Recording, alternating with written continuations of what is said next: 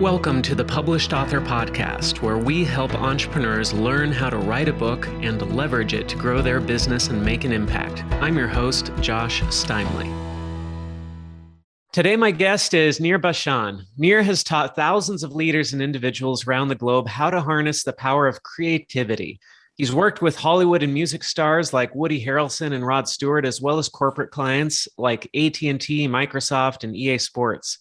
Nir has spent the last 2 decades working on a creativity formula for business, and that formula is found in The Creator Mindset, published in 2020 by McGraw-Hill. Nir, welcome to the show. Hey, thanks for having me, Josh. So give us a little more background on yourself. Where do you come from? What do you do? And how did you get here? Yeah, definitely. So I was born in Israel, but raised in Los Angeles, and spent a lot of my childhood trying to figure out sort of creative ways to make money, right? Because when you come to a country without having, deep roots in the business community, you kind of have to come up with ideas that work, right? And so I started going door to door at 9 years old, washing cars in Los Angeles. And I'd knock on the door and I'd say, "Hey, I'm here to wash your car." And people would slam the door, right? And absolutely not.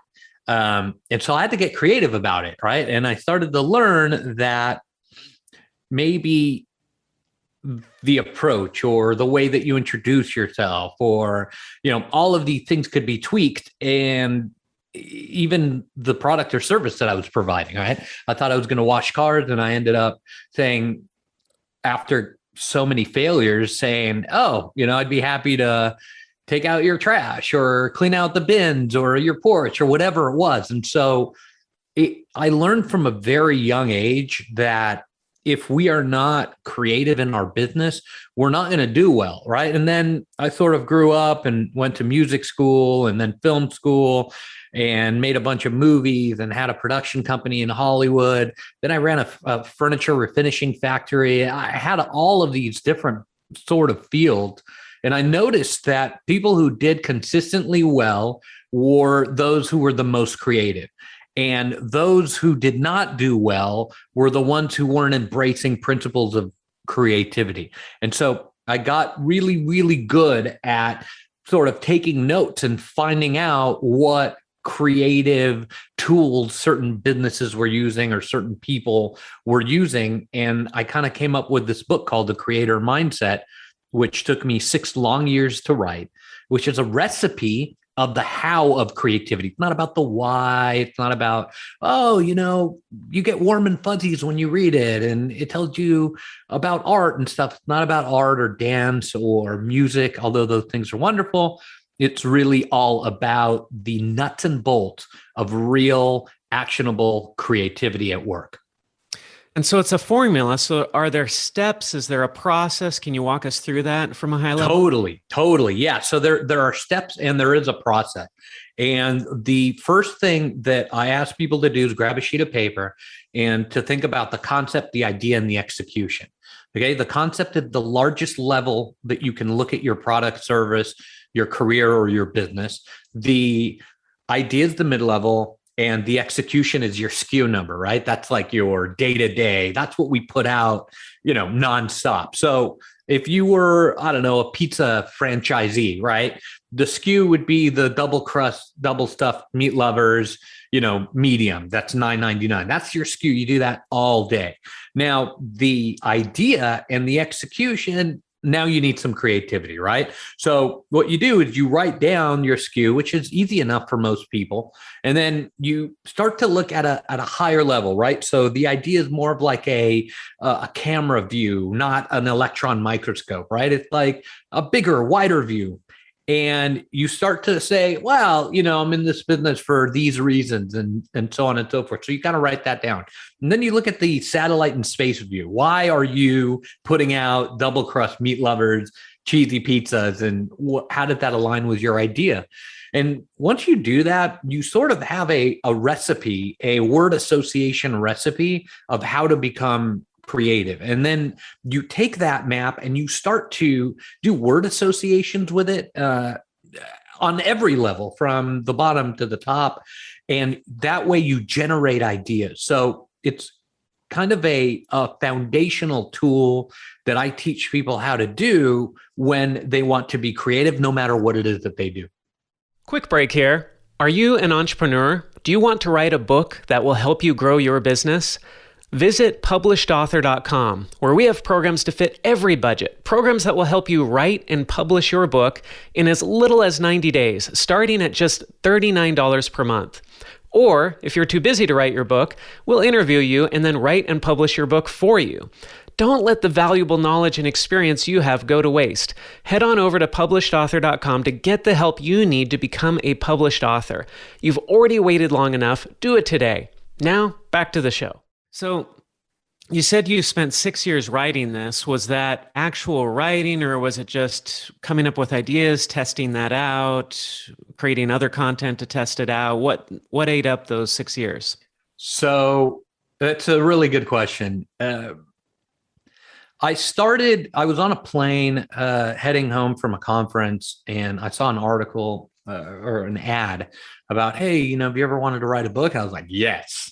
Right. So I called this number and they set me up as like a hybrid publisher. They set me up with an editor, and I spent like 4 years working with that editor, going back and forth and spending a small fortune on coming up with the manuscript, which was, I think, something like 95,000 words when I got done with it in 4 years. And then I felt, pretty good about the book and the content. So I started reaching out to different agents and trying to find somebody to represent the book. And I had a call with my agent now. And in the first phone call she told me to take, she's like, are you in front of a computer? I'm like, yeah. She's like, how many words? It's like 95,000. She's like, okay, cool. Grab the Word file on your desktop and drag it to the trash can. Right. And then hit empty trash. And I'm like, are you serious? She's like, yeah. I'm like, but it's done. It's done. I spent 4 years on it. It's done. Like, take it out. We're ready, And she was like, absolutely not. You don't know what you're talking about, because that word length shows me that you don't know what you're doing, really. And you need to focus your ideas, because I want to come in around 55 or 65,000 on and on. And so I thought about it at night. I talked with my wife. I was like, what should we do? Like, this is crazy. And she's like, well, you got to listen to people who know more than you. And so I decided to do it. And then that started another 2 years of going to different, publishers and stuff like that. The really cool thing is we got 4 publishing offers, 4, 2 from the majors and 2 from some minors. And we knew we were on to something. And I had that 2 years was really spent taking that. I did throw the manuscript away, but I took the best ideas and was able to kind of develop them further. And she was absolutely right. I did not know what I was talking about in the first manuscript, and being forced to go through that type of adversity and that type of challenge made the book so much better. That's a great story. Throwing your book away made it better. So you spent the first 4 years coming up with all that content, writing that, and then it took you 2 years to revise those ideas and turn it into the final manuscript. Is that right? Yep. Throughout my career, I've been taking notes. I have notebooks everywhere, and coming up with the idea for the book was taking these notebooks and going, I learned this lesson here. This is amazing. And that lesson there. I mean, these are like battle torn. Like, this is not, I'm not the kind of person that's like, set me up with a laboratory at the university and I'll tell you everything you need to know about business. I'm not that guy. I taught in graduate school. I've taught undergraduate school, but it's always been as somebody working in the field, not somebody doing analysis on something or whatever. I feel there's a lot of business books written by people who are in academia, which is fine, but they lack the grit of real world knowledge. They lack the understanding of what to do when this happened, what to do when that happened. So I took all these scraps and notes of stuff that happened in real life. We couldn't make payroll. Well, what do? We had to fire people, and people were crying, and families were depending on the income. What do? Nobody really talks about stuff like that, right? We all talk about our ivory tower sort of challenges. So this book is really about the nuts and bolts, the grit of getting out there, getting work done in a creative way, and contributing. And that's kind of how it came together over those 4 years. Gotcha.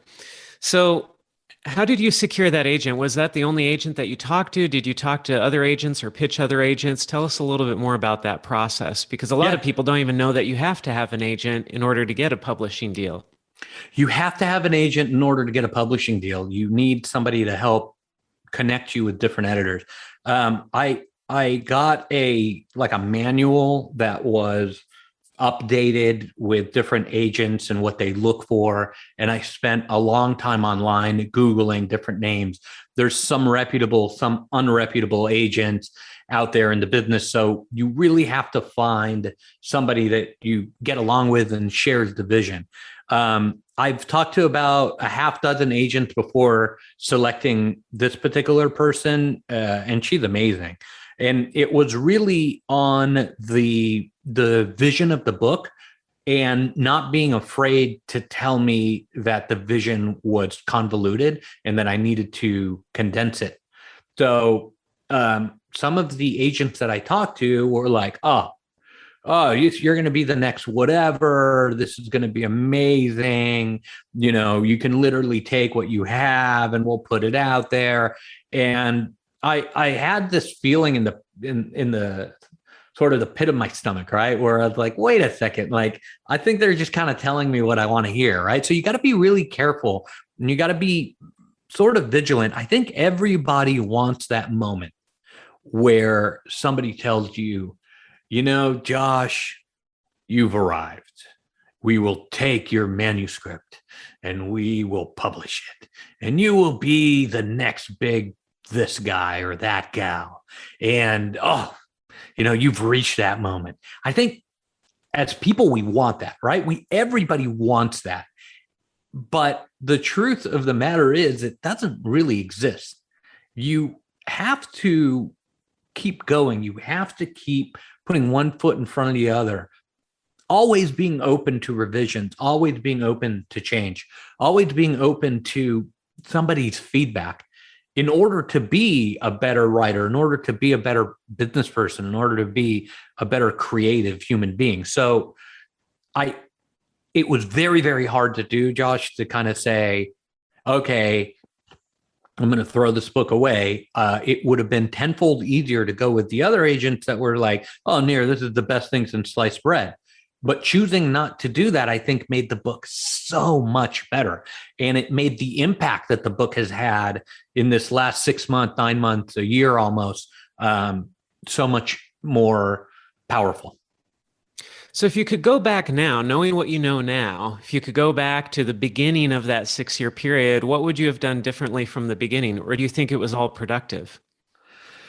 I think a lot of it was productive. I don't know if I would have gone the hybrid model from the get-go. I think I just would have taken my outline because I had the scraps of paper everywhere and I had them sort of organized into chapters already, the art of being quiet, right? Why? And then I wrote pages on why you should shut up in meetings and not talk as much because you might learn something and that sort of thing. So I had a lot of the guts of the book, and I don't know if I would have gone with the hybrid. I would have probably had just organized a really good outline, maybe a couple of sample chapters or whatnot, and then gone to the agent route directly. But the process of sitting down and writing with deadlines over a 4-year period, it just made me a better writer. I can knock out, I write for Thrive Global right now and CEO World and some of those other magazines and websites. I can knock out 800 words in 20 minutes, right? That would take me a week before. Oh, I have to write an article. Oh no, I double think everything and, oh, is this even relevant? Oh, this sucks. And I throw it away, right? Or never finish it. But now I think that discipline of sitting over 4 years, every Friday, I had a deadline of this many words. has made me a better writer. So I'm not sure I would have changed anything. Got it. So what advice would you give to other entrepreneurs who are out there who are just on the beginning end of this, who are starting to write a book, and they're trying to collect their thoughts, they're trying to figure out, I suspect you have some tips probably from your book, from the material in your book about how they can use creativity to write the right book for their business, for their careers. Yeah, I think it's really about distilling the message of the book into something that is uniquely you. I think that there are far too many lookalikes out there, right? There's a person in a bookstore or on Amazon who wants a business book about, efficiency, right? And they're so similar. So how does the buyer or the customer tell which book is right for them? I think a lot of entrepreneurs, especially who are in business, I think they're afraid of branding something as unique as themselves because they're worried about, we're not going to have mass market appeal, or, what if I make the wrong branding choice? Because they have been in some business at some point that put out some bad marketing or bad advertising or a poor media buy. And all of a sudden they're like, wow, that can really derail everything. So I think it really is. And I do talk about it in the book. It really is about finding out who you are and what your message is and how that differentiates it from anybody else's, and really focusing on that particular message and that particular identity and getting that out into the world. Because I think that readers really, really like authenticity. Even if they don't agree with you, even if they don't kind of like your personality or whatever. I mean, I get emails like I'm sure you do from around the world, and people are like, what were you thinking? Chapter 14 is the stupidest thing, which is awesome, but like they're reading it, right? And so even having an opinion that is, this chapter sucks, still is, it's still an opinion, right? And an opinion is better than nothing. So I think it's really about kind of being yourself and putting that into words as much as humanly possible so that you can reflect that identity, that circumstance, that creativity that comes uniquely from you and only you, and get that out into the world. I think that is what entrepreneurs need to do when they're like, I want to write a book. They need to start to go, well, what is it that I can say? And what is it that I can do that is completely different than what others are doing? So take us into your career a little bit more. How do you use the creativity formula with your clients? You've worked with these Hollywood stars and rock stars and these big corporations and such. Can you give us some stories about how you worked with these companies and how that helped you develop this formula for the book? Absolutely. I think at every step, I have learned something because of the numerous amounts of failures that I have. I'm not the kind of guy that is in a classroom Monday, Tuesdays, and Thursdays with office hours on Friday. Not that guy, right? I'm in the field working every day. And when you're in the field working every day, you make some really stupid mistakes. And the problem is that a lot of people that are entrepreneurs, small business owners, even Fortune 500 companies, C-level, nobody's talking about mistakes enough, right? We're not talking about how bad it was, on the road to get here. We're always like, well, look at me. I'm super polished. I've got a book out and, I talk to millions of people all over the world. That's fine. But I think we need to start to admit that through our failures and through the things that don't go right are the moments. Those are the seedlings of creativity. Those are the best parts of the journey, right? And so those are the times where we actually really learn. And I've had thousands of them, embarrassing ones. I mean, really embarrassing ones. I did a diversity keynote a couple of weeks ago in DC, and I talked about how I used to hire people and it was embarrassing. Like I used to, I read a book, 20 years ago that was like, every personality, there's 6 personalities on earth. Everybody's that same personality.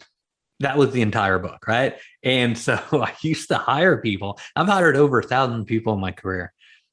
by the 6 personality thing. I'd be like, well, Josh, you look like a B personality with a little bit of C. Okay, cool. I know who you are, right? And I hired, it's embarrassing, right? And I had no idea. I thought that book was accurate, but it's not accurate. It's horrible and it's stupid. And I failed so many times in filling good position because I thought I was smarter than, listening. I thought I was smarter than trying to pick up soft skills. Now, when I interview people for jobs, I don't even care what the resume says on the top. If it says, engineer, I'm like, well, I need a project manager, so I don't care. It's just the way that I've learned is through the tough times. It's through getting it wrong. So I think it's really about arriving at a moment through your own experiences and really allowing that moment to be authentic. It's about allowing it to be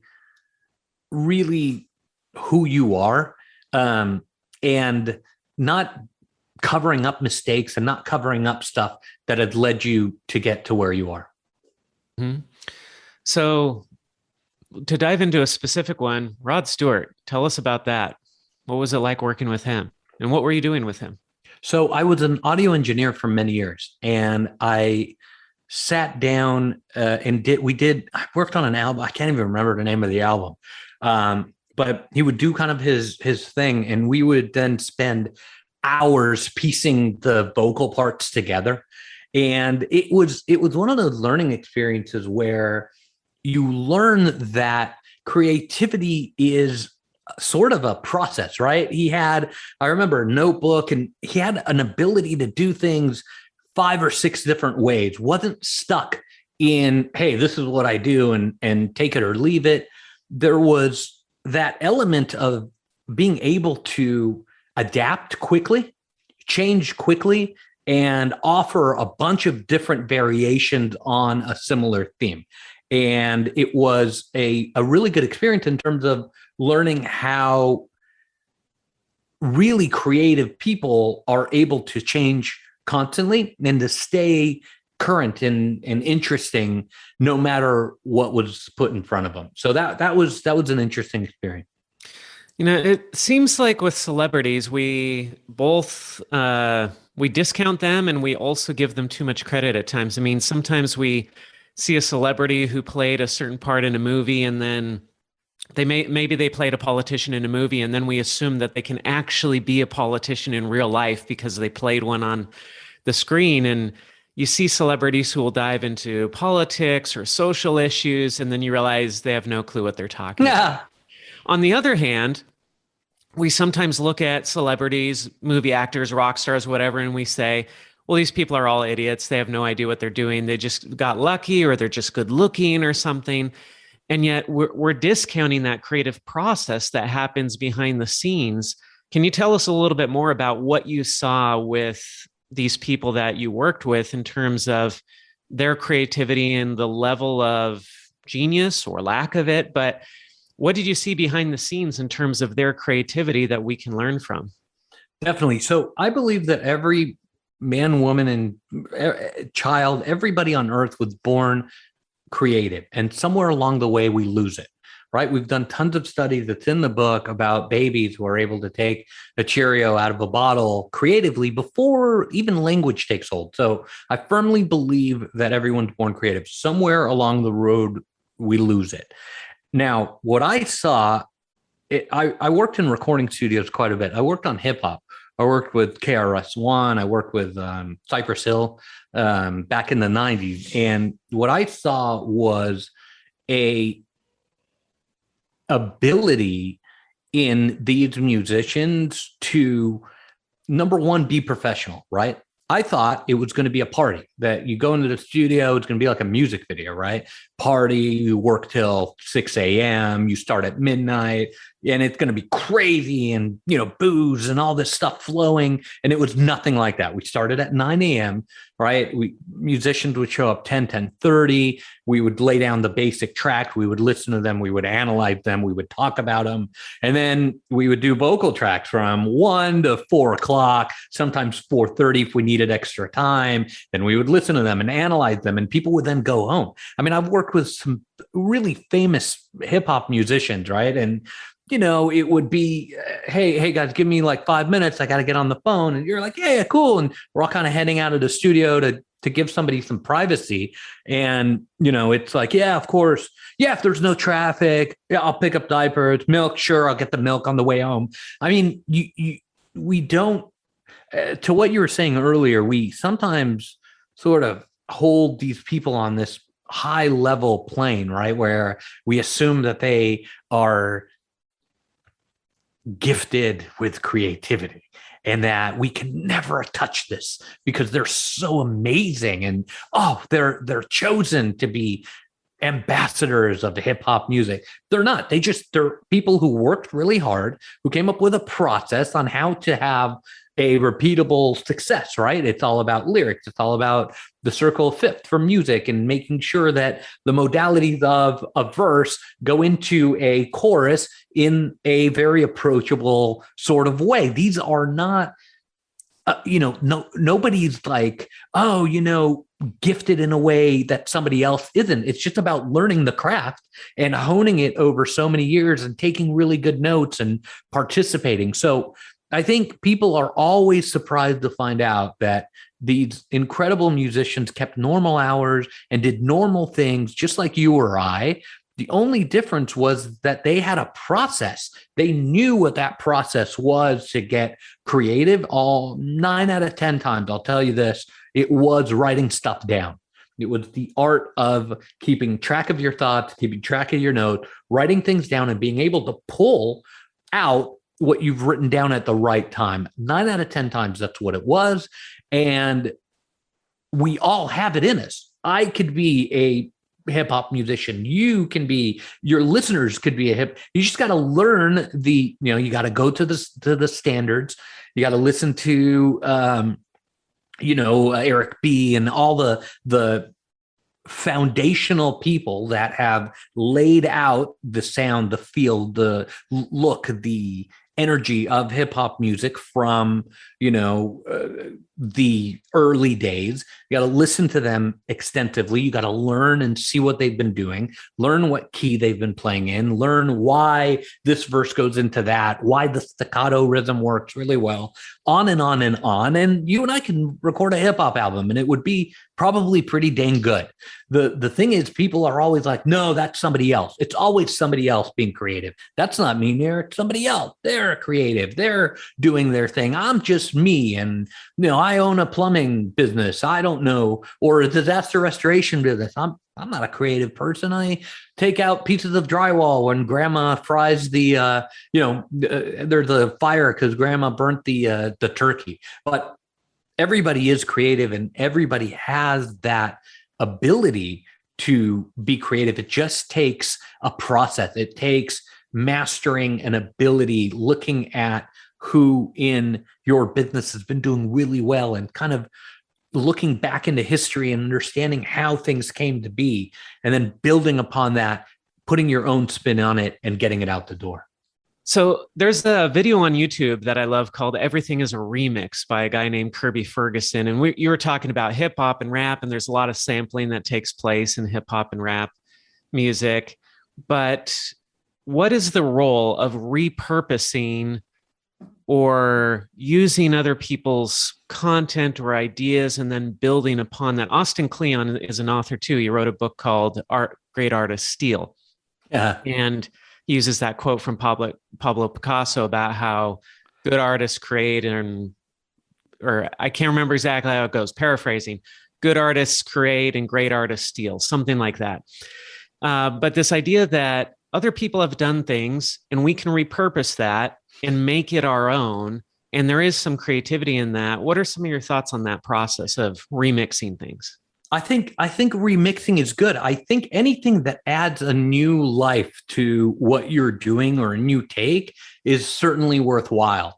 I think it really is about understanding the foundational makeup of your product or service or your business. Listen, I worked with a pizza franchise a few years ago, and they hired me after they sort of went through the big for consultants who help them with efficiencies, right? So they were able to get a pizza out the door for their franchisees in 0.02 seconds quick.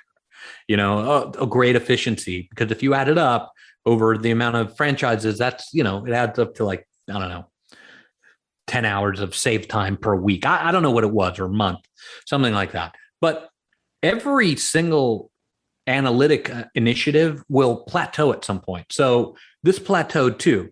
And so they called me in and they said, Nir, we got to come up with a new idea, right? Did it a net new idea or is it a remix? I don't know, right? But I said, okay, let's start talking. And so we had them kind of go through a few weeks, but we had them go through a concept, idea, and execution. And the execution was that double crust meat lovers cheesy. And I said, okay, guys, what's the idea behind it? They're like, well, it's pizza. What do you mean, what's the idea? It's pizza, dude. I was like, okay, but there's got to be some reason why you're in the pizza business. They're like, no, we fell into it. I don't believe that anybody falls into anything. You guys are here for a reason. And then we really started talking, right? And, somebody started to write down some ideas about who they were on a kind of a mid-level view. And it was really about sort of comfort food. And I said, okay, we're totally onto something. That means something to you. They're like, our founder came over with this and this year, and he wanted everybody to feel comfortable. And I was like, guys, this is brilliant. Everybody's happy with it. They're like, yeah, comfort food. And our execution is pizza. I said, okay, what do you guys want? Well, we need to come up with different ideas of products or services, right? So I said, okay, under comfort food, let's circle that and start writing down every association that comes with. If I say comfort food, what do you guys think? And people started writing stuff down, right? And one of the things they wrote down was chicken soup. They were really excited about it. They're like, we should put out a chicken soup. It's comfort food. I was like, yeah, totally. Is that in line with your concept, which was, I think, sustainability? I can't remember, or sustenance, something like that. Because they ended up telling a story that they had to, every day somewhere in America at 6:00, the pizza guy shows up. And if they don't show up, this family or person or elderly, couple would go hungry, right? It's amazing. Every day, that's their main point of contact with society, is the delivery person. So their sustainability or whatever it was. And then, their idea was comfort food, and their execution was this particular pizza. So I said, guys, great, come up with more ideas. And they came up with a calzone and all these different things. And so your question is, okay, Nir, are we coming up with stuff from scratch? Are we kind of remixing? Are we stealing a little bit and changing things around? I say yes to all the above. As long as it falls in line with your DNA and your identity of who you are as a business, then it works, right? Because some people had some crazy ideas and they said, oh, let's do ice cream. I was like, well, the ice cream is a comfort food, but how are you guys going to deliver it? One. And then two, is that really kind of in line with your values? And it wasn't. So we were able to throw it out. A lot of times when I work with groups, Josh, people tell me, Nir, I've got a million ideas. It's not the idea part. It is sifting through them. And so without having a process like those famous musicians had, without having a way to extract good ideas from bad ideas and this sort of thing, then we're just coming up with a bunch of spinning your wheels kind of stuff. You need to organize the ideas in a process that will allow you to take action. And when you are able to take action, then you can get a product to market in a way that makes it consumable, relevant, and appreciated by your customer. So you have some experience living in different cultures. You've lived in Israel, you've lived in LA, you've probably done business with people from around the world. Do you see that certain cultures have more of a claim on creativity, or is it just different types of creativity? So for example, I grew up in LA too, but I've lived across the US, East Coast, the West, Intermountain West. I've lived in Brazil. I lived in China and Hong Kong. So I've seen all these different cultures, and it seems like you see creativity manifest in different ways in different places. And China especially has this reputation of just copying everything. And this comes from the days of everything being manufactured in China, which it kind of still is, although a lot of it's moving outside of China now. But the Chinese factories have become very good at copying things. And yet that whole stereotype of Chinese just copying things, when I lived there, I saw a lot of creativity where they would take something and then they'd build upon it and they'd make it better. And I started to see a lot of just pure creativity bubbling up in the entrepreneurial communities in China, where they were just creating things. They weren't copying things. They were being very creative. And yet I still see differences, though, between American creativity and Brazilian creativity and Chinese creativity. Is this something you've noticed and thought about? Creativity as something tied to culture? It's a very interesting question. I think that the way that we practice free enterprise here in the West and the way that we govern has allowed the US to be a beacon of intellectual property, intellectual creativity, businesses and stuff like that. I've noticed that when a society is governed with the least amount of oversight, the amount of creativity, the differences of companies, the incredible energies that are generated are incredibly blossomed. There is no better way, no better system that currently exists. Is it the best? Probably not. But there's no better system than capitalism, especially the way that we practice it here in the West, to enable creativity to grow, enable it to take hold. I'll give you some examples. I've worked with some companies from Israel, and the tax rate in Israel is astonishing. The forced employee, they're trying to get people to be diverse. So you have to hire a certain amount of the staff from different countries, or certain amount of the staff inside the country, depending on if it's a technical job, then they want, university kids inside of Israel to have that thing. But if it's this type of thing, no, you can hire that out. And the more meddling that a government does, the more regulation that is imposed on entrepreneurship, the worse it gets, the more it gets stifled, the more it gets under siege. So what we've done here in the West is sort of unburdened a lot of that oversight to allow for creativity to flow. And there are a ton of companies that start overseas that come here in order to grow. They come here in order to develop, in order to take off to the next level. Ask anybody opening a business in England, right? In London, if you want to open a business there, how much regulation you have to go through in order to just do really basic things that would be way easier in the US. Now, there are certain states in the US that are way easier than that, right? There's some that have more regulation, some that have less, some that are more business friendly, some that are less, some that are business friendly to energy, some that are business friendly to financial services, right? So there's a sort of a process to learn what that is and how that comes about. But what I found through extensive research, Josh, this is my life's mission, to help people become more creative no matter what.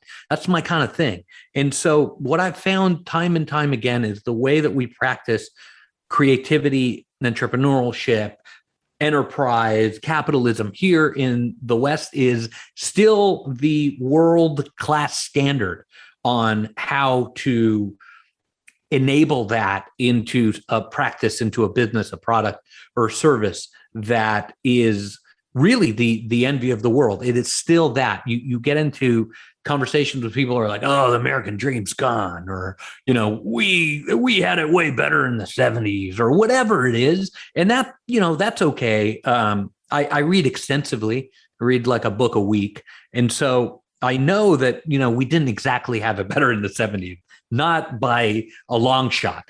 And I feel like now is the best time ever.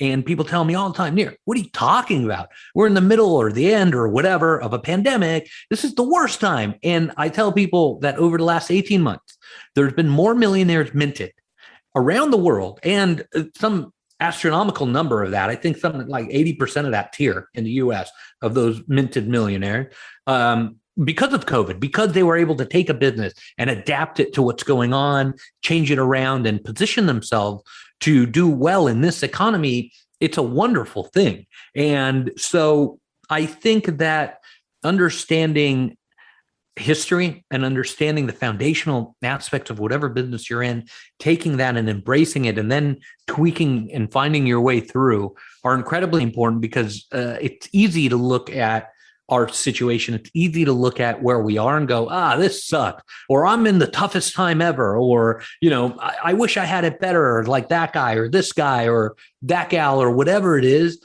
And I think it takes a lot of creativity to understand that the opportunity is now. The time for you to act is now. The freedom to do what you need to do is now. And it's up to you to embrace that, to take it and run forward. So if freedom is a core ingredient in the recipe for creativity, what can companies learn from this about the way that they set up policies, the way that they encourage creativity within the workplace? Because a lot of companies are run like dictatorships, right? It's top-down management. It's telling people what to do. And yet at the same time, you feel like, well, we can't just let people do whatever they want, because then people do all sorts of crazy stuff and we can't afford that. We need people to do these certain things. So how can a corporation balance structure and alignment with freedom so that they get that creativity and they get those new products, new services, new ways of creating products and services bubbling up?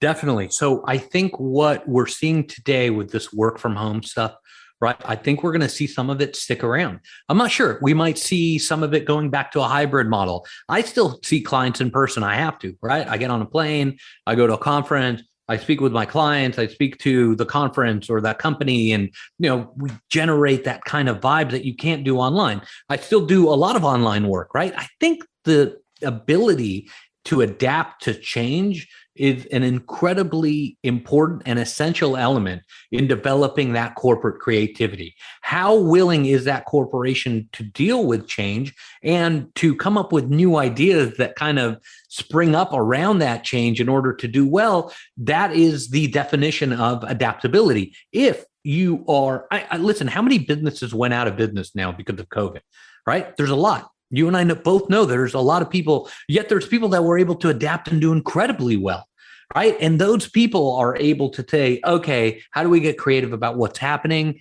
And what do we do to keep relevant? What do we do to keep out there and stay fresh and exciting?